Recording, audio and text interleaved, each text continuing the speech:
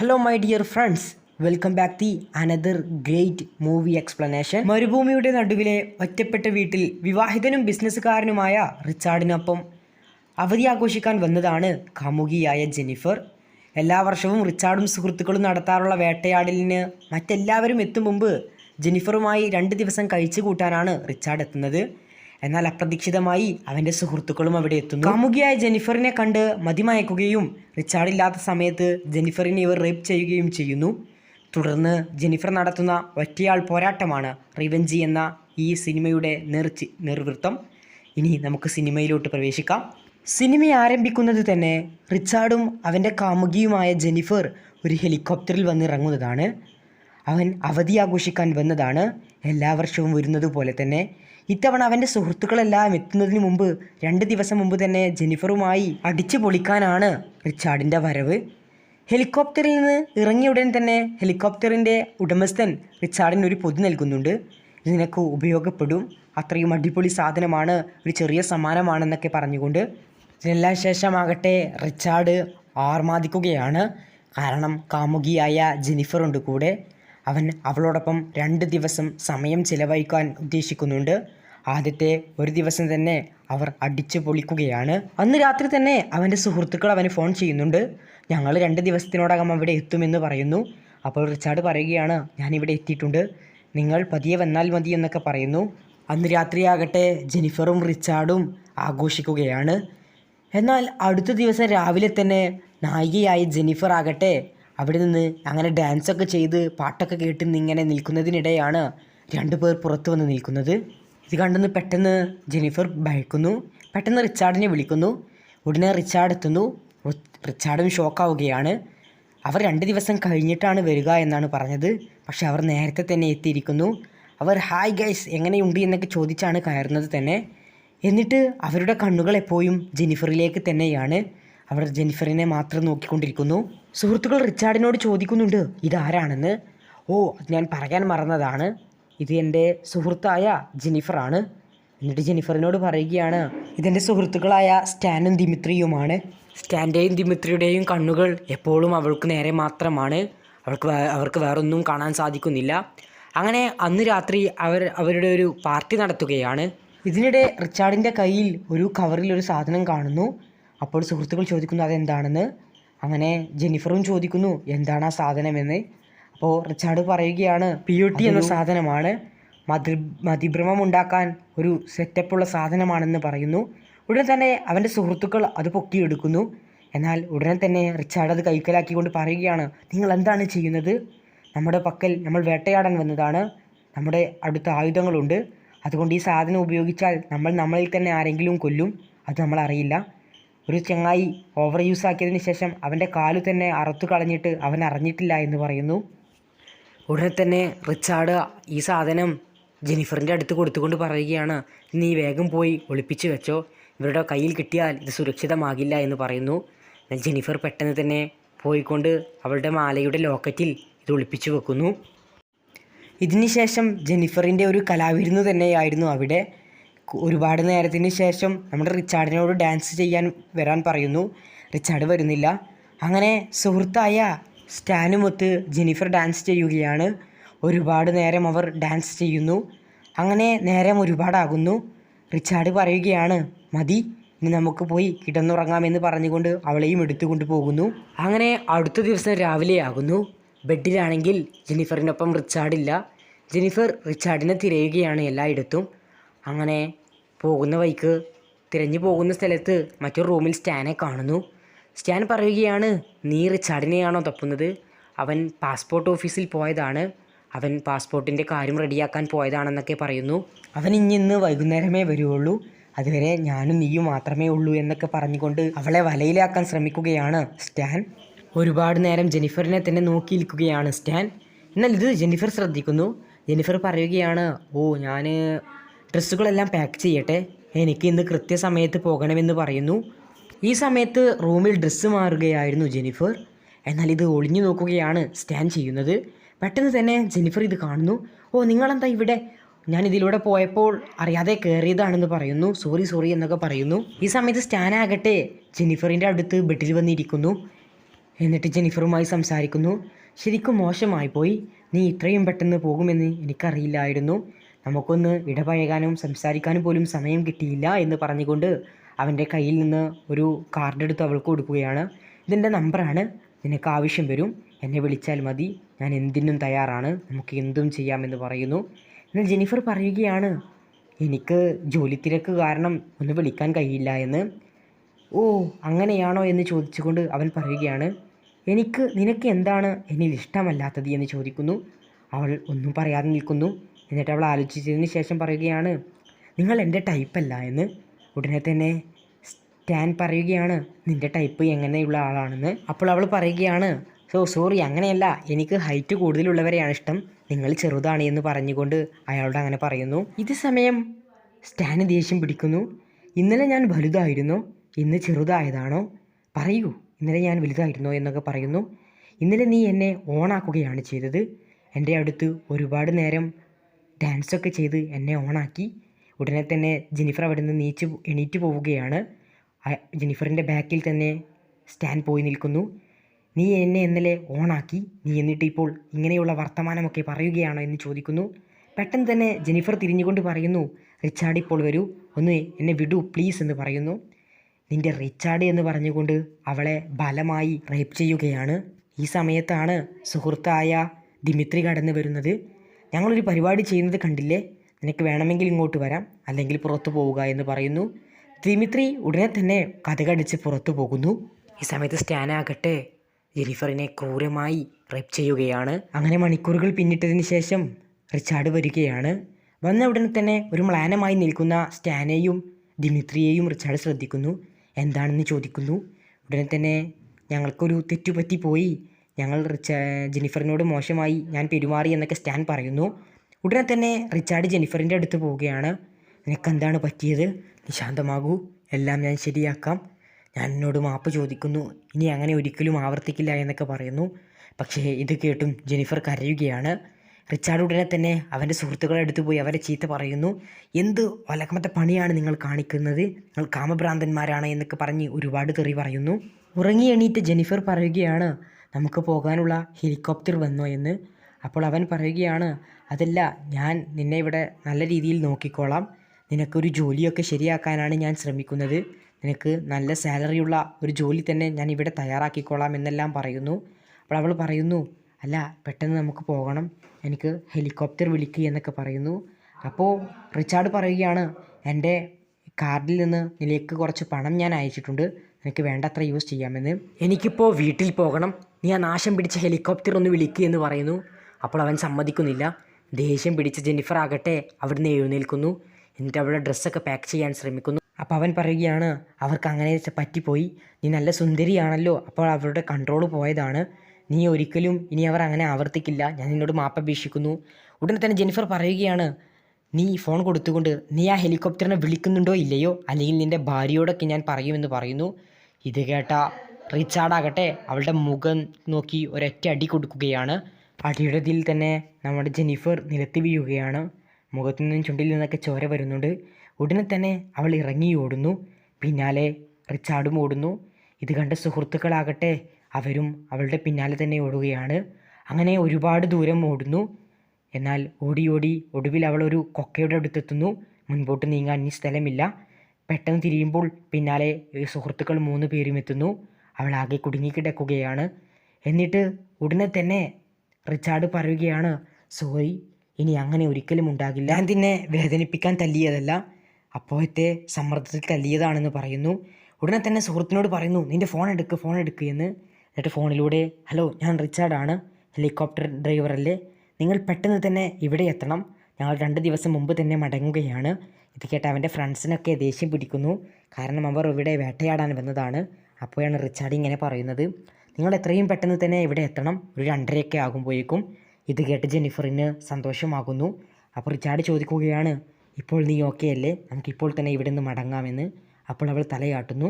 അങ്ങനെ പറഞ്ഞു നിൽക്കുന്നതിനിടെയാണ് പെട്ടെന്ന് റിച്ചാർഡ് അവളെ ആ കൊക്കയിലോട്ട് തള്ളിയിടുന്നത്. അവൾ താഴോട്ട് പതിക്കുന്നു. അവളുടെ ദേഹത്ത് ഒരു മരത്തിൻ്റെ കൊമ്പ് തളച്ചിറങ്ങുന്നു. അവളുടെ വയറ്റിലൂടെയാണ് ഇത് തളച്ചിറങ്ങുന്നത്. അവൾ അതിന്മേൽ ഇങ്ങനെ തൂങ്ങി നിൽക്കുകയാണ്. മുകളിൽ നിന്ന് അവർ നോക്കിക്കൊണ്ട് പറയുന്നു അവൾ തീർന്നെന്ന്. എന്നാൽ നമ്മുടെ സ്റ്റാൻ ചോദിക്കുകയാണ്, നീ എന്ത് പണിയാണ് റിച്ചാർഡ് കാണിച്ചത്? അവൾ എന്തിനാണ് കൊന്നത് എന്ന് ചോദിക്കുന്നു. അവൻ പറയുകയാണ്, ഞാൻ പറയുന്നത് കേട്ടാൽ മതി. അവൾ പുറത്തു പോയാൽ നമ്മൾ 15 വർഷത്തോളം ജയിലിൽ കഴിയേണ്ടി വരും. നമുക്കെതിരെ അവൾ കേസ് കൊടുക്കും. അതുകൊണ്ട് ഞാൻ പറയുന്നത് പോലെ ശ്രദ്ധിക്കുക. അവളുടെ എല്ലാ തെളിവുകളും നമ്മൾ ഇപ്പോൾ തന്നെ ഇവിടെ നിന്ന് ഒഴിവാക്കണം, എല്ലാം നശിപ്പിക്കണം എന്ന് പറയുന്നു. എന്നിട്ട് നമുക്ക് എല്ലാ വർഷവും ചെയ്യുന്നത് പോലെ തന്നെ നമുക്ക് വേട്ടയാടിക്കൊണ്ട് നമുക്ക് നാട്ടിലോട്ട് മടങ്ങാം. ആരും ഒന്നും അറിയരുത്. മനസ്സിലായോ എന്ന് റിച്ചാർഡ് 2 സുഹൃത്തുക്കളോടും ചോദിക്കുന്നു. നമ്മുടെ നായികയായ ജെന്നിഫർ ആകട്ടെ ഒരു കൊമ്പിന്മേൽ ഇങ്ങനെ തൂങ്ങിക്കിടക്കുകയാണ്. അവളുടെ വയറ്റിലൂടെയാണ് ആ മരക്കൊമ്പ് കുത്തി കയറിയിട്ടുള്ളത്. അവരാകട്ടെ ജെന്നിഫർ അവിടെ ഉണ്ടായിരുന്നു എന്നുള്ളതിന് എല്ലാ തെളിവും നശിപ്പിക്കുകയാണ്. അവളുടെ ഡ്രസ്സ്, വസ്ത്രങ്ങൾ, അങ്ങനെ എല്ലാം നശിപ്പിക്കുകയാണ്. അടുത്ത ദിവസം അന്ന് വൈകുന്നേരം തന്നെ ജെന്നിഫറിൻ്റെ കാലിലൂടെ ഉറുമ്പുകളൊക്കെ ഇങ്ങനെ അരിക്കാൻ തുടങ്ങുന്നു. അവൾക്ക് ജീവനുണ്ട്. അവൾക്ക് വേദന സഹിക്കാൻ കഴിയുന്നില്ല. വായിലൂടെയെല്ലാം ചോരയെല്ലാം വരുന്നുണ്ട്. അങ്ങനെ അവൾ പതിയെ ശ്വാസം എടുക്കുന്നു. എന്ത് സംഭവിച്ചു എന്ന് പോലും അവർക്കറിയുന്നില്ല. ആ കമ്പിൽ നിന്ന് പുറത്തു കടക്കാൻ അവൾ പരമാവധി ശ്രമിക്കുന്നുണ്ട്. പക്ഷേ അവളുടെ ശരീരം അതിൽ തറച്ചു നിൽക്കുകയാണ്. അങ്ങനെ അവൾ ഒരുപാട് നേരത്തെ പരിശ്രമത്തിന് ശേഷം അവിടെയുള്ള സിഗർ ലൈറ്റ് എടുക്കുന്നു. എന്നിട്ട് അവിടെയുള്ള ഉണങ്ങിയ പുല്ല് ഉപയോഗിച്ച് ആ മരത്തിൻ്റെ താഴെയുള്ള ഭാഗം അവൾ കത്തിക്കുകയാണ്. ഒരുപാട് നേരത്തിന് ശേഷം അവൾ ആ ഉണങ്ങിയ കൊമ്പ് പൊട്ടിച്ചാടുന്നു. അങ്ങനെ അവൾ അതിൽ നിന്ന് പുറത്തേക്ക് കടക്കാൻ ശ്രമിക്കുന്നു. പക്ഷേ അപ്പോഴും അവളുടെ വയറ്റിൽ ആ ബാക്കിയുള്ള കൊമ്പിൻ്റെ അവശിഷ്ടങ്ങൾ അവിടെ തന്നെയുണ്ട്. എന്നിട്ട് അവൾ അവിടെ നിന്ന് നീങ്ങിക്കൊണ്ട് പെട്ടെന്ന് തന്നെ ഒളിക്കാൻ ശ്രമിക്കുന്നു. ഈ സമയത്താകട്ടെ റിച്ചാർഡും സ്റ്റാനും ദിമിത്രിയും അവൾ അവിടെ ഉണ്ടോ എന്ന് നോക്കാൻ അവളുടെ തെളിവുകൾ നശിപ്പിക്കാൻ വേണ്ടി അവിടെ എത്തുകയാണ്. എന്നാൽ അവർ കണ്ടത് ഞെട്ടിപ്പിക്കുന്ന കാഴ്ചയായിരുന്നു. ആ മരം കത്തി എരിഞ്ഞിരിക്കുന്നു. അവളെ അവിടെ കാണുവാനുമില്ല. അവർക്കാകെ ഭയമാകുന്നു. സ്റ്റാൻ പറയുകയാണ്, അവളെ ആരോ തട്ടിക്കൊണ്ടുപോയി. അപ്പോൾ റിച്ചാർഡ് പറയുകയാണ്, അവൾ രക്ഷപ്പെട്ടതാവാനാണ് സാധ്യത. പക്ഷേ രക്ഷപ്പെട്ടാലും അവൾ ഉടനെ ചാവും. കാരണം അവളുടെ കുടൽ വരെ പുറത്തെത്തിയിരുന്നു എന്ന് പറയുന്നു. ഇത് കേട്ട സ്റ്റാൻ പറയുന്നു, ഇപ്പോഴും നമുക്ക് സമയമുണ്ട്. നമുക്ക് പോലീസ് സ്റ്റേഷനിൽ പോയി പരാതി കൊടുക്കാം. നമുക്ക് അവളെ ആശുപത്രിയിൽ എത്തിക്കാം. എന്നിട്ട് പറയാം അപകടം സംഭവിച്ചതാണെന്ന്. എന്നിട്ട് നമുക്ക് വക്കീലിനെയും വെക്കാം. ബാക്കി അവർ നോക്കിക്കോളും എന്ന് പറയുന്നു. എന്നാൽ ഇത് കേട്ട റിച്ചാർഡിന് ദേഷ്യം പിടിക്കുന്നു. നീ എന്തൊരു പേടിത്തുറനാണ് മണ്ട. നമ്മൾ 3 പേരാണുള്ളത്. 3 പേരുടെ കയ്യിലും ആയുധങ്ങളുണ്ട്. അവൾ ഒറ്റക്കാണ്. നീ ഇത്രയും ഭീരുവാണെന്ന് ഞാൻ കരുതിയില്ല. നിനക്ക് ഇത്ര പേടിയാണോ എന്നൊക്കെ ചോദിക്കുന്നു. ഉടനെ തന്നെ അവർ 3 പേരും അവളെ അന്വേഷിച്ച് ആ താഴോട്ട് പോവുകയാണ്. നായികയായ ജെന്നിഫർ ആകട്ടെ അവൾ ആ പാറകൾക്കിടയിലായിരുന്നു ഒളിച്ചിരുന്നത്. അവൾക്കറിയാം അവർ അവിടെ എത്തുമെന്ന്. അങ്ങനെ അവൾ പെട്ടെന്ന് തന്നെ അവിടെ നിന്ന് പോകാൻ ശ്രമിക്കുകയാണ്. അങ്ങനെ ഏകദേശം ഇരുട്ടോടടുക്കുമ്പോൾ അവർ അവിടെ എത്തുന്നു. എന്നിട്ട് അവൾ കിടന്നിരുന്ന ആ മരത്തിൻ്റെ ചുറ്റും നോക്കുകയാണ്, അവൾ അവിടെ എവിടെയെങ്കിലും ഉണ്ടോ എന്ന്. അങ്ങനെ ആ പാറകൾക്കിടയിൽ അവർ നോക്കുമ്പോൾ അവളുടെ രക്തപ്പാടുകൾ കാണുന്നു. നമ്മൾ ആ മുകളിൽ നിന്ന് നോക്കിയപ്പോൾ അവൾ ഇവിടെ തന്നെ ഉണ്ടായിരുന്നു എന്ന് പറയുന്നു. എന്നിട്ട് അവർ അങ്ങനെ ചുറ്റും പരിശോധിക്കുന്നതിനിടെ അവളുടെ രക്തപ്പാടുകൾ കാണുകയാണ്. നമുക്ക് ഭാഗ്യമായല്ലോ, അവളെ കണ്ടുപിടിക്കാൻ ഈസി ആയിരിക്കും. അവളുടെ റൂട്ട് മാപ്പ് തന്നെ ഇവിടെയുണ്ട് എന്ന് പറയുന്നു. എന്നിട്ട് അവർ 3 പേരും അവളുടെ രക്തം കണ്ട വഴികളിലൂടെ സഞ്ചരിക്കുകയാണ്. അങ്ങനെ ഒരുപാട് ദൂരം സഞ്ചരിക്കുമ്പോൾ ഒരു പുഴയുടെ അടുത്തെത്തുകയാണ്. പിന്നെ രക്തപ്പാടുകൾ കാണുവാനില്ല. അങ്ങനെ 3 പേരും അവിടെ നിന്ന് പറയുകയാണ്, അവളെ പെട്ടെന്ന് കണ്ടുപിടിക്കണം. റിച്ചാർഡ് പറയുകയാണ്, ഞാൻ ഈ വഴിക്ക് പോകാം. അപ്പോൾ ദിമിത്രി പറയുകയാണ്, ഞാൻ എന്നാൽ ഈ ഓപ്പോസിറ്റ് വഴിക്കും പോകാം. ഇത് കേട്ട സ്റ്റാൻ പറയുന്നു, എന്നാൽ ഞാൻ ഇവിടെ നിൽക്കുന്നതാണ് നല്ലത്, അവൾ തിരിച്ചു വന്നാലോ എന്ന്. ഇത് കണ്ടിട്ട് റിച്ചാർഡിന് ദേഷ്യം പിടിക്കുകയാണ്. നിനക്ക് പേടി ഇപ്പോഴും മാറിയിട്ടില്ലേ എന്ന് പറയുന്നു.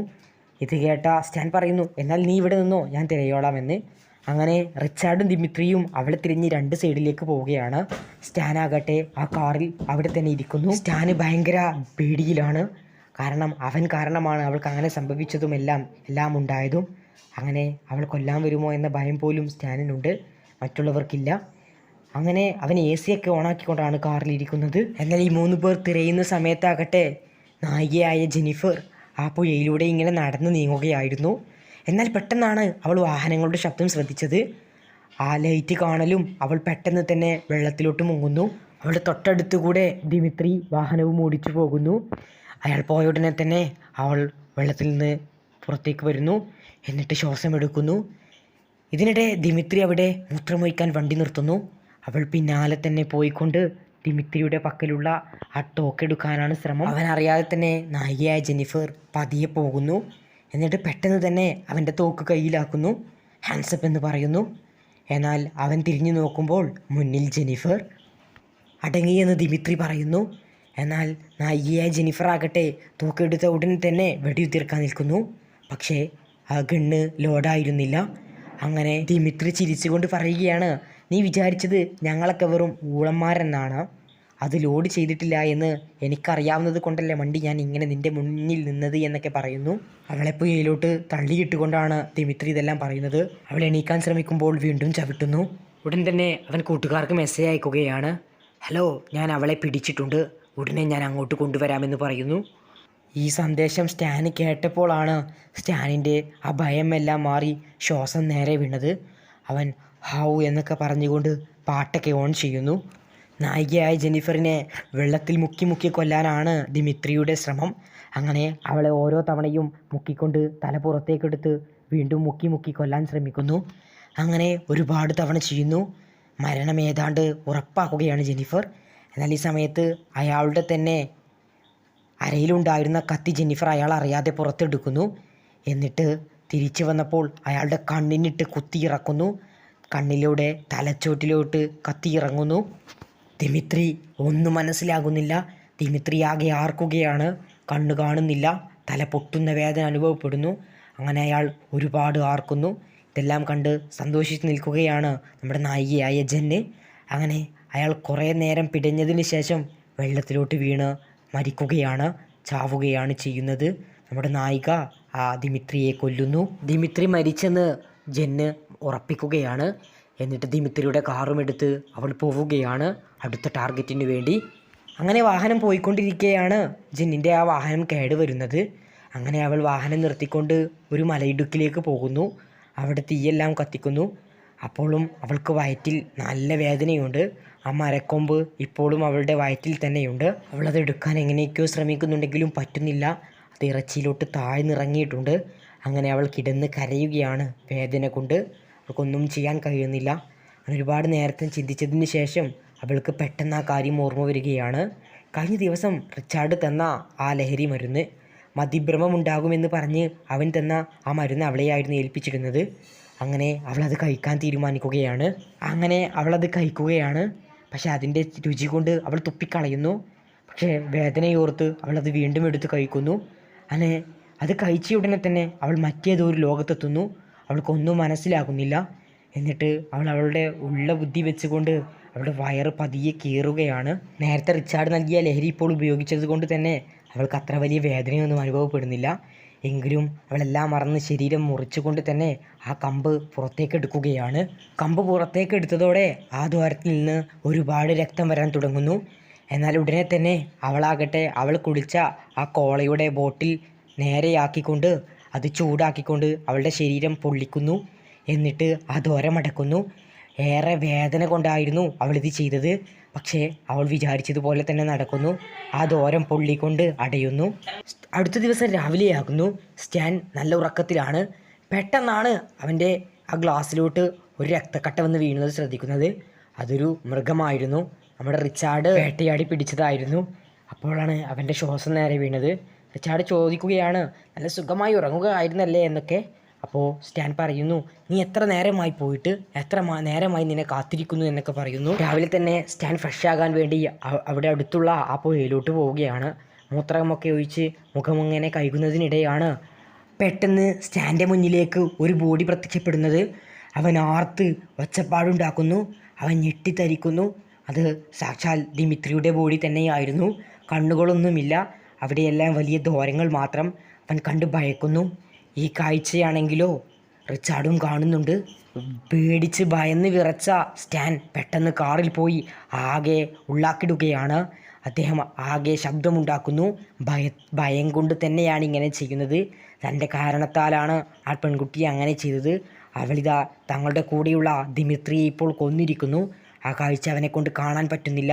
അവൻ AC ഓൺ ചെയ്തുകൊണ്ട് ആകെ ശബ്ദമുണ്ടാക്കുകയാണ്. അങ്ങനെ അവർ രണ്ടുപേരും ദിമിത്രിയെ ആ കല്ലൊക്കെ കെട്ടിക്കൊണ്ട് ആ വെള്ളത്തിലോട്ട് തന്നെ താഴ്ത്തുകയാണ്. അശ്രദ്ധരോട് ക്രൂരമായൊക്കെ പെരുമാറും. നിങ്ങളോടൊപ്പം നടക്കാൻ പറഞ്ഞതല്ലേ, റിച്ചാർഡ് പറയുകയാണ്. എന്നാൽ പിന്നാലെ നടക്കുന്ന സ്റ്റാനെ റിച്ചാർഡ് ദേഷ്യത്തോടെ മൂക്കം കുത്തി ചോര വിരിയിപ്പിക്കുന്നു. അവൻ്റെ കാരണത്താലാണ് ഇതെല്ലാം ഉണ്ടായത്. അതുകൊണ്ട് തന്നെയാണ് മൂക്കിനൊരു കുത്തു കൊടുക്കുന്നത്. സ്റ്റാൻ്റെ മൂക്കിൽ നിന്ന് ഒരുപാട് രക്തം വരുന്നു. ദേഷ്യം കൊണ്ടാണ് റിച്ചാർഡ് അങ്ങനെ ചെയ്യുന്നത്. അങ്ങനെ അവർ രണ്ടുപേരും അവളെ തിരക്കി പോവുകയാണ്. ഇതേ സമയം മലക്കുള്ളിൽ നിന്ന് അവൾ പുറത്തേക്ക് വരികയാണ്. അവളുടെ മുറിവെല്ലാം അവൾ പൊള്ളിച്ചതിന് ശേഷം ഉണക്കിയിട്ടുണ്ട്. അവളുടെ വയറ്റിലാകട്ടെ അവൾ കുടിച്ച ആ ഡ്രിങ്കിൻ്റെ പുറത്തുണ്ടായിരുന്ന കുപ്പിയുടെ ചിഹ്നമൊക്കെ പതിഞ്ഞിട്ടുണ്ട്. ശക്തമായി തന്നെ തോക്കുമേന്തി പുറത്തേക്ക് വരികയാണ്. എല്ലാ മുക്കുമൂലയും പരിശോധിക്കണം, അവളെ വെറുതെ വിടരുതെന്ന് റിച്ചാർഡ് പറയുകയാണ്. നീ പടിഞ്ഞാറോട്ട് പോവുക, ഞാൻ തെക്കോട്ടും പോവാം, എന്നിട്ട് ഈ സ്ഥലത്ത് നമുക്ക് ഒരുമിച്ച് കൂടാമെന്ന് അവർ അവിടെയുള്ള മാപ്പ് നോക്കിക്കൊണ്ട് പറയുകയാണ്. എന്നാൽ സ്റ്റാനാകട്ടെ പേടിയാണ്. നമുക്ക് രണ്ടുപേർക്കും ഒരുമിച്ച് പോകുന്നതാണ് നല്ലത്, കാട്ടിലകപ്പെട്ടാൽ ഒരുമിച്ച് പോകുന്നതാണ് ഏറ്റവും നല്ലതെന്ന് പറയുന്നു. ദേഷ്യം പിടിച്ച റിച്ചാർഡ് ചോദിക്കുകയാണ്, ഈ മരുഭൂമിയാണോ നിൻ്റെ കാട്? അങ്ങനെ തന്നെ പോയാൽ മതി എന്ന് പറഞ്ഞ് അവർ യാത്ര ആരംഭിക്കുന്നു. റിച്ചാർഡ് ഒരു ഭാഗത്തേക്കും സ്റ്റാൻ മറുഭാഗത്തേക്കും. എന്നാൽ ഇതെല്ലാം മലമുകളിൽ ഇരുന്നു കൊണ്ട് നമ്മുടെ ജെൻ കാണുന്നുണ്ടായിരുന്നു. സ്റ്റാൻ മലക്ക് കയറുന്നത് കൃത്യമായി ജെന്നിഫർ വാച്ച് ചെയ്യുകയാണ്. അങ്ങനെ കാറ് ഒരുപാട് ദൂരം മുന്നോട്ട് പോകുന്നു. അവൻ്റെ കാറിൻ്റെ എണ്ണ കഴിയുകയാണ്. ഈ സമയത്ത് ഡിക്കിയൊക്കെ തുറന്ന് എണ്ണ നിറക്കാൻ ശ്രമിക്കുകയാണ് സ്റ്റാൻ. എന്നാൽ ഇതെല്ലാം ദൂരത്ത് നിന്ന് ജെന്നിഫർ കാണുന്നുണ്ടായിരുന്നു. അവളുടെ തോക്ക്, അവളുടെ ഗണ്ണ് ഉപയോഗിച്ച് അവനെ സ്കോപ്പ് ചെയ്യുന്നു. എന്നിട്ട് കൃത്യമായി തന്നെ വെടിയുതിർക്കാൻ നിൽക്കുകയാണ്. ഷൂട്ട് കൃത്യമായി തന്നെ ചെയ്യണം. പക്ഷേ ആദ്യം മിസ്സാകുന്നു. എന്നാൽ ഒരുപാട് നേരത്തെ കാത്തിരിപ്പിന് ശേഷം അവൾ അവനെ ഷൂട്ട് ചെയ്യുന്നു. പക്ഷേ തലക്കായിരുന്നു അവളുടെ ടാർഗറ്റ്. പക്ഷേ സ്റ്റീവിൻ്റെ ഷോൾഡറിലാണ് ബുള്ളറ്റ് പോയി തറക്കുന്നത്. അവൾ എണീറ്റ് വീണ്ടും അതിലൂടെ തന്നെ സ്കോപ്പ് ചെയ്ത് നോക്കുമ്പോൾ സ്റ്റാനെ കാണുവാനില്ല. അവൾ വീണ്ടും പതിയെ മുന്നോട്ട് നീങ്ങുന്നു. അവൻ എവിടെയും കാണുന്നില്ല. അങ്ങനെ അവൾ മുന്നോട്ട് നീങ്ങി പതിയെ കാറിനടുത്തേക്ക് എത്തുന്നു. എന്നാൽ കാറിനടുത്ത് നിന്നും അവൻ രക്ഷപ്പെട്ടിട്ടുണ്ട്. എന്നാൽ അവൻ്റെ ബ്ലഡ് അവിടെ ഭൂമിയിലുണ്ട്. അവൻ സഞ്ചരിച്ച വഴികളിൽ കൃത്യമായി തന്നെ ചോര കലർന്നിട്ടുണ്ട്. അങ്ങനെ അവൾ അതിലൂടെ തന്നെ സഞ്ചരിക്കുന്നു. എന്നാൽ ഒരുപാട് ദൂരം സഞ്ചരിക്കുമ്പോൾ അവൻ്റെ ഷൂ ഒഴിവാക്കിയത് കാരണത്താൽ തന്നെ പിന്നെ ആ സഞ്ചാരപാത അവൾക്ക് കാണാൻ കഴിയുന്നില്ല. അവളാകട്ടെ സ്റ്റാനെയും തിരഞ്ഞ് ഒരുപാട് മുന്നോട്ട് നടന്നു നീങ്ങുന്നു. അതേസമയം പിന്നിൽ ഒളിച്ചിരിക്കുകയായിരുന്നു സ്റ്റാൻ. അവൻ്റെ കഴിയാത്ത ആ കഴിവും ഉപയോഗിച്ച് അവൻ എങ്ങനെയൊക്കെയോ തോക്കും മുകളിലോട്ട് കയറ്റിക്കൊണ്ട് അവളെ ഷൂട്ട് ചെയ്യുകയാണ്. കൃത്യം അവളുടെ ചെവി പറിച്ചെടുത്തുകൊണ്ടാണ് ബുള്ളറ്റ് പുറത്തേക്ക് പോകുന്നത്. അങ്ങനെ അവൾ വേഗം ഓടിക്കൊണ്ട് അവിടെ നിന്ന് രക്ഷപ്പെടുന്നു. പിന്നാലെ തന്നെ സ്റ്റാനുണ്ട്. എങ്കിലും അവൾക്ക് കഴിയാവുന്ന രീതിയിൽ ആ തോക്കുമേന്തി അവൾ എങ്ങനെയൊക്കെ ഓടി രക്ഷപ്പെടുന്നു. സ്റ്റാൻ പിന്നാലെ വെടിവെക്കുന്നുണ്ട്. പക്ഷെ വെടിയൊന്നും ഏൽക്കാതെ അവൾ വേഗം, ബുള്ളറ്റുകളൊന്നും മീത്ത് നിൽക്കാതെ അവൾ വേഗം രക്ഷപ്പെടാൻ ശ്രമിക്കുന്നു.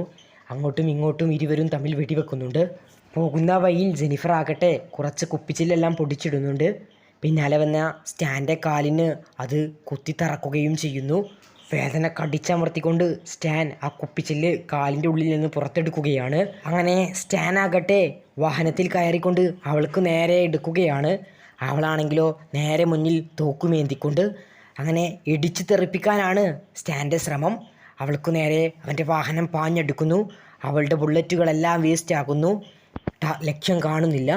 അങ്ങനെ വാഹനം തൊട്ട് മുന്നിലെത്തുന്നതോടെ അവളുടെ ബുള്ളറ്റ് സ്റ്റാൻ്റെ തലയോട്ടി തകർത്ത് കൊണ്ട് പുറത്തേക്ക് പോകുന്നു. സ്റ്റാനെയും അവൾ കൊന്നിരിക്കുന്നു. സ്റ്റാൻ്റെ ബോഡിയും പുറത്തേക്ക് എടുത്തുകൊണ്ട് അവൾ ആ കാർ ഓടിച്ച് പോവുകയാണ്. ഇനിയും മുന്നിലുള്ളത് റിച്ചാർഡ് മാത്രമാണ്. റിച്ചാർഡിനെയും തീർക്കണം. രണ്ടുപേരെ തീർത്തു കഴിഞ്ഞു. ജെന്നിഫറിനെ കൊല്ലാൻ വേണ്ടി അവൻ ഒരുപാട് അലഞ്ഞു. പക്ഷേ അവന് ജെന്നിഫറിനെ കിട്ടില്ല. അങ്ങനെ റിച്ചാർഡ് വീട്ടിലെത്തുകയാണ്. എല്ലാ ദേഷ്യവും അവൻ്റെ മുഖത്തുണ്ടായിരുന്നു. അങ്ങനെ അവൻ കുളിക്കുന്നതിനിടെ പെട്ടെന്നൊരു ശബ്ദം കേൾക്കുന്നു. അവൻ തോക്കുമായി പുറത്തേക്ക് പോകുന്നു. അവനെ പുറത്ത് നമ്മുടെ ജെന്നിഫർ തോക്കുമായി കാത്തിരിക്കുകയാണ്. അങ്ങനെ ഇരുവരും തമ്മിൽ ഒരു വെടിവെപ്പെല്ലാം നടക്കുന്നു. ജെന്നിഫറിൻ്റെ പക്കലിൽ നിന്നും റിച്ചാർഡിന് വെടിയേൽക്കുന്നു. റിച്ചാർഡിൻ്റെ വയറിനാണ് വെടിയേറ്റത്. റിച്ചാർഡ് അവിടെ നിന്നും പതിയെ റൂമിലോട്ട് നീങ്ങുന്നു. എന്നാൽ നമ്മുടെ ജെന്നിഫർ ആകട്ടെ അവനെ പിന്തുടരുകയാണ്. അങ്ങനെ ഇവരും തമ്മിൽ ഒരുപാട് നേരത്തിന് ശേഷം നമ്മുടെ ജെന്നിഫർ റിച്ചാർഡിനെ കൊല്ലുകയാണ്. അവളുടെ പക തീരുകയാണ്. ഒരു യഥാർത്ഥ റിവെഞ്ച് തന്നെ. ചോരയിൽ കുളിച്ച് വീടിന് പുറത്ത് നിൽക്കുന്ന ജെന്നിഫറിനെ കാണാം. അങ്ങനെ ഈ ത്രില്ലർ സിനിമ ഇവിടെ അവസാനിക്കുകയാണ്. കൂടുതൽ സിനിമകൾക്കായി സബ്സ്ക്രൈബ് നൗ.